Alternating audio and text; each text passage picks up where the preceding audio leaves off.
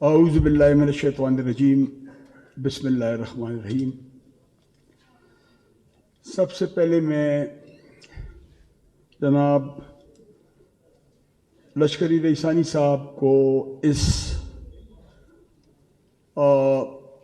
महफिल और इस कन्वेंशन और इस महफिल के इनेकाद पर मुबारकबाद दूंगा और साथ ये भी कहूँगा कि लश्करी रईसानी साहब से मेरा ताल्लुक़ आज का नहीं, जब ये भी पीपल्स पार्टी के सदर थे बलूचिस्तान के, तो मैं पीपल्स पार्टी का सदर था, सूबा सरहद का, तो उस वक़्त से हमारी ये तल्लुकात आपस में आ रहे हैं और आज इस प्लेटफॉर्म पे फिर मिले हैं और इंशाअल्लाह ताला अल्लाह करे कि हम आगे इसी तरह बढ़ें और इस पाकिस्तानी कौम के लिए कुर्बानी भी दें और उनको यकजा कर सकें।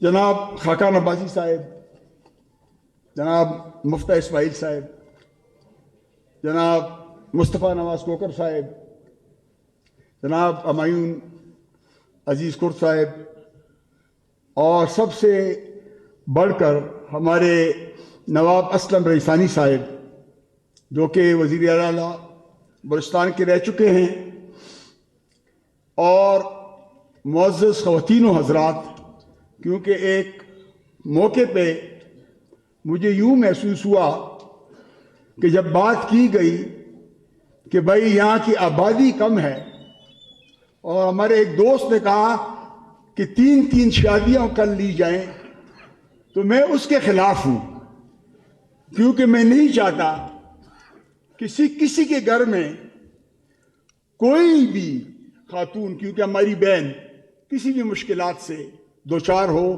क्योंकि ये हमारे लिए बड़ी खफकी की होगी। जहाँ तक मैं अपनी बात करूँ, मैं तो खुद डसा हुआ हूँ। मैं और लश्करी हमारे कुर्द, हम तो सब डसे हुए हैं और डसे हुए इस तरह हैं कि पिछला इलेक्शन हुआ, उससे पिछला इलेक्शन हुआ और उससे पिछला इलेक्शन हुआ। हर इलेक्शन में, खासकर हमारे सूबे में और बलूचिस्तान में,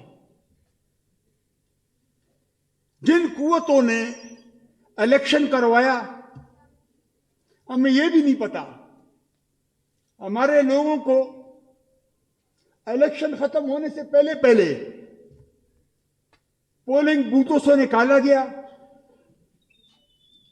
वोटिंग बॉक्स सील किए गए, उनका शुमारा किया गया और फिर उसके बाद रिजल्ट अनाउंस किए गए और कहा गया कि जनाब फलाना कामयाब हो गया है और फलाना हार गया है।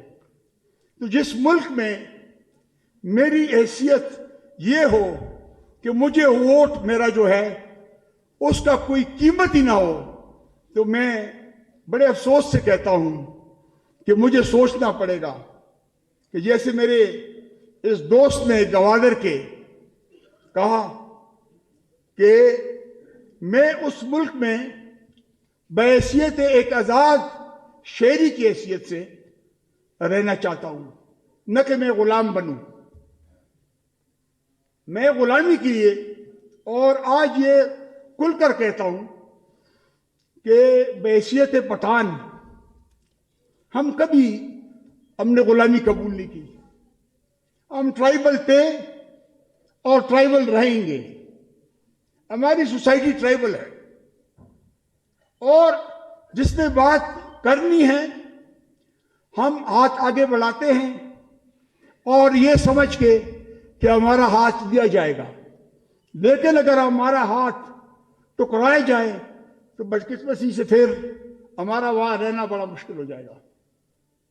आज हम उस हालत में पहुंच चुके हैं, लेकिन दोस्त इस तरह है जैसे कि खाकान अब्बासी साहब, जब उसको हम देखते हैं कि जो मुश्किलात उस पर गुजरी, इमरान खान की गवर्नमेंट में जो इल्जामात इन पे लगे, जो नैब के जरिए इन पे मुसीबतें डाई गई और इनने बर्दाश्त की, तो मैं ये समझता हूं कि अगर एक पंजाब के दोस्त के साथ ये हो सकता है तो मुझे भी बर्दाश्त करना पड़ेगा। लश्करी रिसाई साहब, आपको भी करना पड़ेगा, क्योंकि ये एक सिर्फ मेरे लिए नहीं है, ये हम सबके साथ हो रहा है। और साथ ये कि बदकिस्मती ये लोग बार बार पूछते हैं, सर पानी भैया, बार बार लोग पूछते हैं कि जनाब आप कोई पार्टी बना रहे हैं।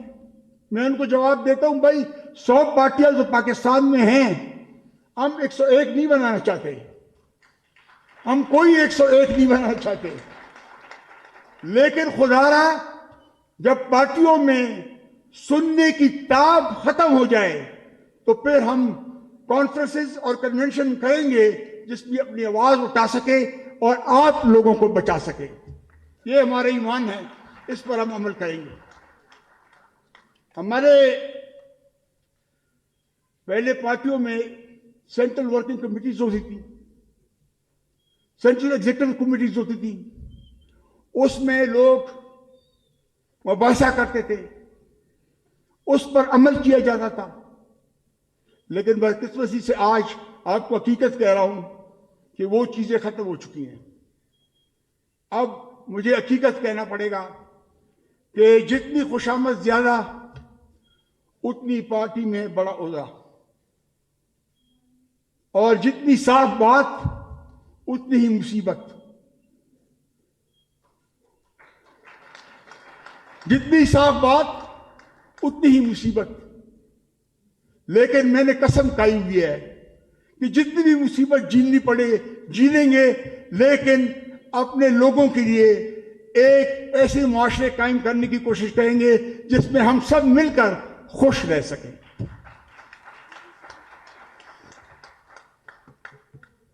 पाकिस्तानी आप बलूचिस्तान का रोना रो रहे हैं। अगर मैं ये कहूं कि जब इमरान खान ने एस्टेब्लिशमेंट को गालियां दी, अब्बासी साहब भी उसी असेंबली में थे, जब उनने खान साहब ने जानवर भी कहा, खान साहब ने उनको किस किस लकबों से नवाजा, लेकिन आज तक खान साहब को किसी ने कुछ नहीं कहा।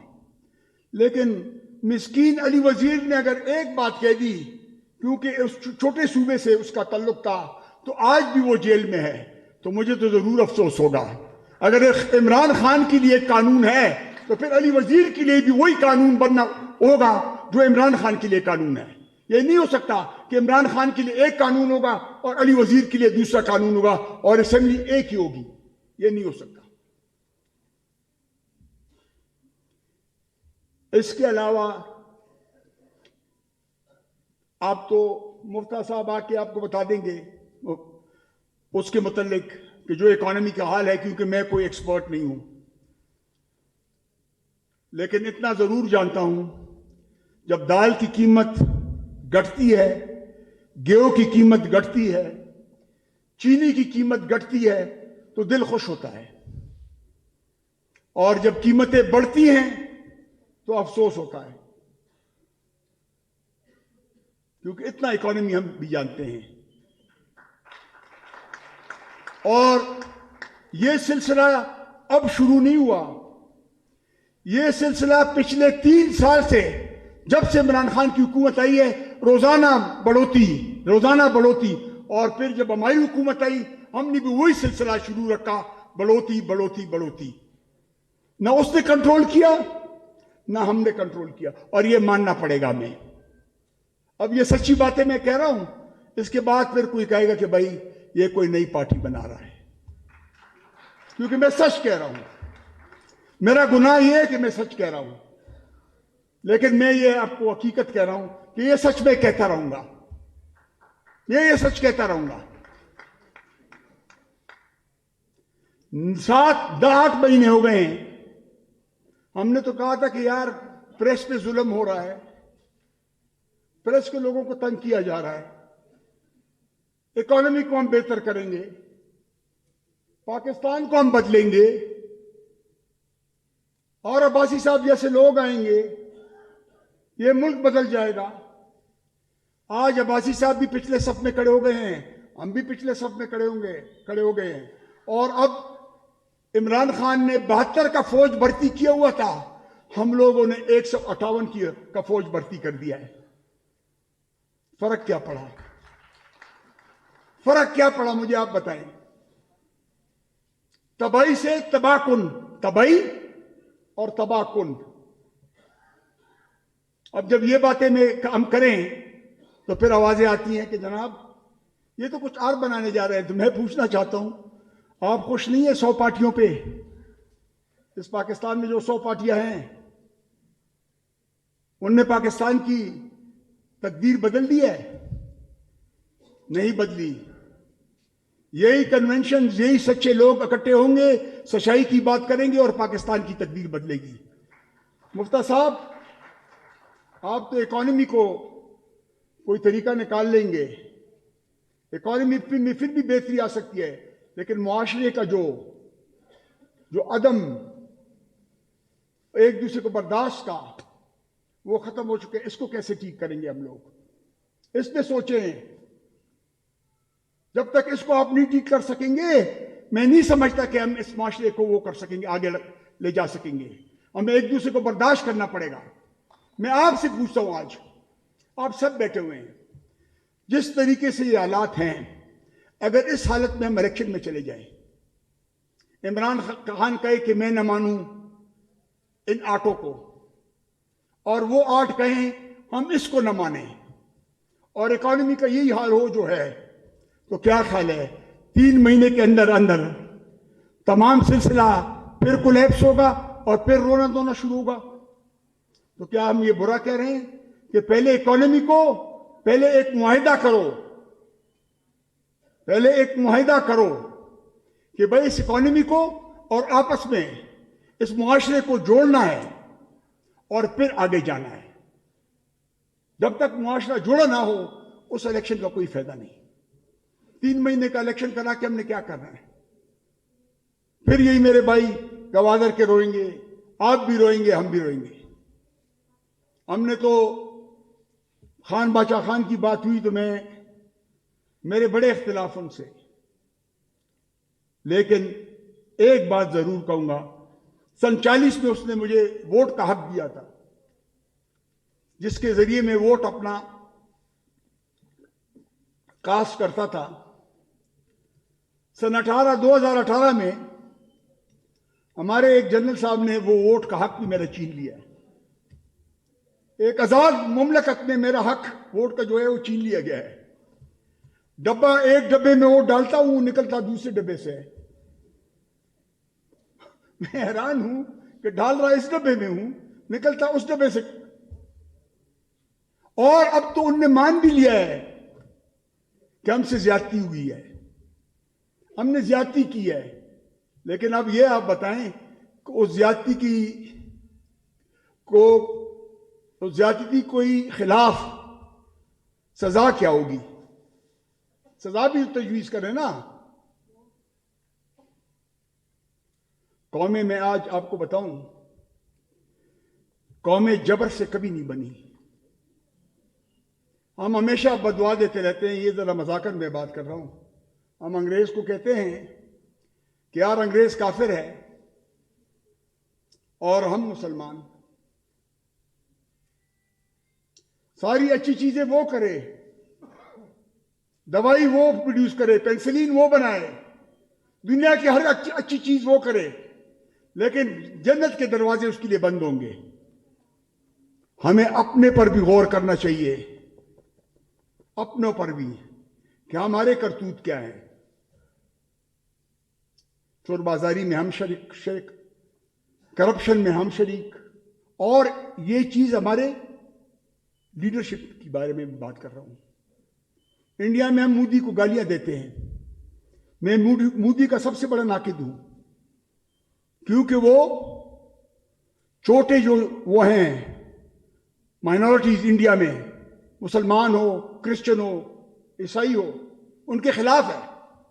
लेकिन मैं उसको सलाम पेश करता हूं कि फॉरेन पॉलिसी जो मोदी की है वो बड़ी जबरदस्त है, इंडिया को ऊपर लेके गया है।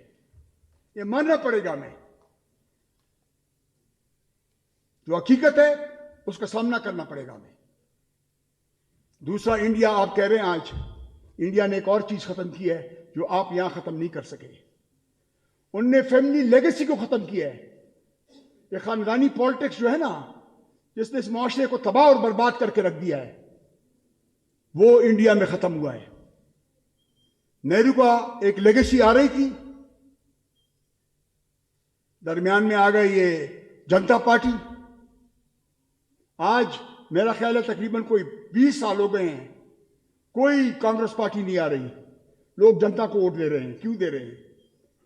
क्योंकि उसमें से लोग, ऐसे काबिल लोग उठ के आए और उनने दिखाया कि ये मुल्क लेगेसीज का नहीं है, ये उन लोगों का है जो इस मुल्क को चला सके। आज मुझे बताएं कि मोदी जो है, एक बाज लोग मुझे हंस के कहते हैं कि जी इस चाय बेचने वाला था, मोदी का कहते हैं। मैं कहता हूं चाय बेचने वाला था, लेकिन हिंदुस्तान को उसने 2 कदम बढ़ाया। हमें हर एक वो लीडर चाहिए जो ईमानदारी से, खुदा तरस हो और सादा हो और एक सादगी की जिंदगी गुजारे और इस माशरे को जोड़े और अक़लियतों का भी सोचे और छोटे सूबे को भी सोचे। उसी को हम लीडर मानेंगे और उसको कहेंगे कि खुदा के लिए इस पाकिस्तान को जोड़ो। मैं आप सबका मशकूर हूं। अल्लाह ताला से मेरी ये दुआ होगी कि बलूचिस्तान पर और खैबर पख्तूनख्वा दोनों पे अल्लाह ताला अपने खास, क्या नाम है, उसके लिए हमारी दुआएं, दोनों सूबों के लिए दुआ हो गई कि अल्लाह ताला हम पे अपनी रहमतें हमें नसीब करे।